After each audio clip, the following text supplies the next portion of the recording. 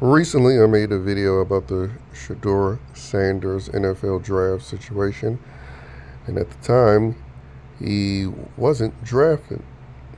Since then, he finally did get drafted in the fifth round to the Cleveland Browns, a team that Deion Sanders apparently 7 years ago said that's the last place he would want a player, particularly his son, to go to. So it's kind of funny that now he's playing there. But obviously now Deion is grateful because he was desperate after probably heavily contributing to his son tanking in the NFL draft. And what's also comical about it is that, of course, you had all the Negroes crying racism as they typically do, commit crimes and complain. That's what Negroes love to do. But now they're celebrating him making it into the league. They go from calling the league a racist league, a slavery league, saying that, well, you shouldn't have participated in the combine because that's like slavery. You remember calling Kaepernick the mixed breed pro-black? He made a whole uh, Netflix series about it being slavery. You know, can't comprehend that logic though. You call the league racist, a slave league, but it's a racist slave league that you desperately want people to get into, that you idolize or fanboy over at the time.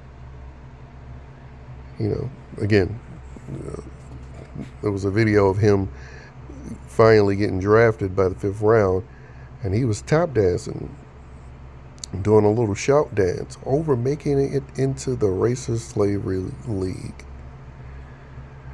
And again, it just shows you how low IQ Negroes are when they label things as racist and slavery, but yet they're desperately trying to be a part of it.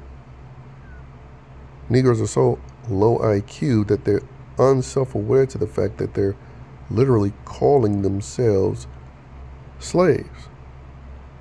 Slaves who want to be slaves. Because this is a similar thing that they always say whenever they want to be a part of something, but when they feel as though that they aren't as a part of it as they think they deserve, they'll just insult it. They're saying the same thing about this country. Meanwhile, they'll never leave it, or they'll never go live in a so-called black country.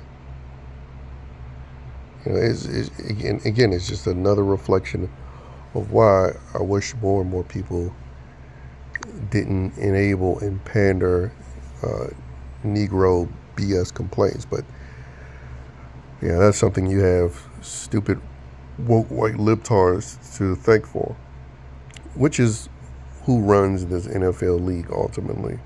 Because through the NFL, they push a lot of these insidious libtarded agendas, which is why I always find it to be an issue when you have, so-called conservatives, Republicans, Trump supporters, hell, even Trump himself,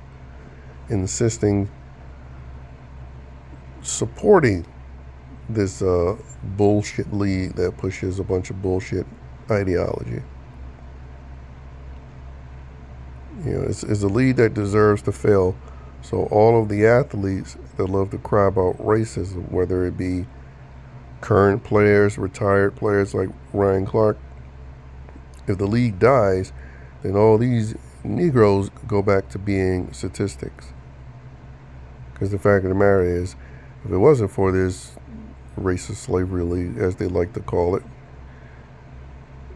a lot of these Negroes would be locked up or, just, underachieving in life, basically. But anyway, ultimately we'll see if he'll even be able to make the team. I saw that his brother also, he didn't get drafted. He got to sign on as an undrafted free agent to the Tampa Bay Buccaneers. But again, it just goes to show you, despite all the cries and complaints about racism and slavery that Negroes obnoxiously talk about every breathing day, while being responsible for over 80% of the crime in this country. It just goes to show you, despite all of that, they make those insults, those complaints about racism and slavery over things that they want to be a part of. So again, they inadvertently just call themselves willing slaves every time they do that. Which really is just a real reflection of the lowest IQ in the world.